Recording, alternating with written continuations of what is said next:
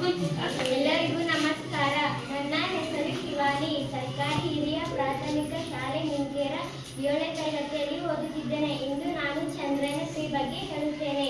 ಚಂದ್ರಯಾನ ಎಂಬುದು ಭಾರತದ ಚಂದ್ರನಾದ್ಯಂತಕ್ಕಾಗಿ ಮಾಡಿದ ಒಂದು ಆರ್ಥಿಕ ಬಾಹ್ಯಾಕಾಶ ಯೋಜನೆ.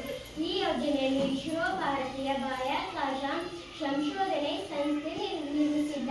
ಮೊದಲ ಚಂದ್ರಯಾನ 1 ಅನ್ನು 2008ರಲ್ಲಿ ಉಡಾಯಿಸಲಾಯಿತು. ಅದು ಚಂದ್ರನಲ್ಲಿ ನೀರಿನ ಅಂಶ ಪತ್ತೆ ಹಚ್ಚಿತು.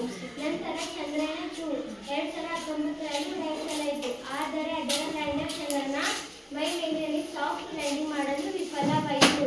ಆದ ಮೇಲೆ ವಿಜ್ಞಾನಿಗಳು ತಪ್ಪುಗಳಿಂದ ಕಲಿತು ಹೊಸ ಯೋಜನೆ ರೂಪಿಸಿದ ಅದೇ ಚಂದ್ರಯಾನ 3.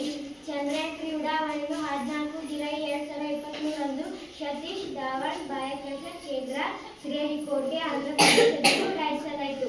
ಅದರ ಲ್ಯಾಂಡರ್ ವಿಕ್ರಮ್ ಎಂದು ಹೆಸರಿಸಲಾಗಿದೆ ಮತ್ತು ರೇವತಿ ಪ್ರಜ್ಞಾನ್ ಎಂದು ಹೆಸರಿಸಿದರು.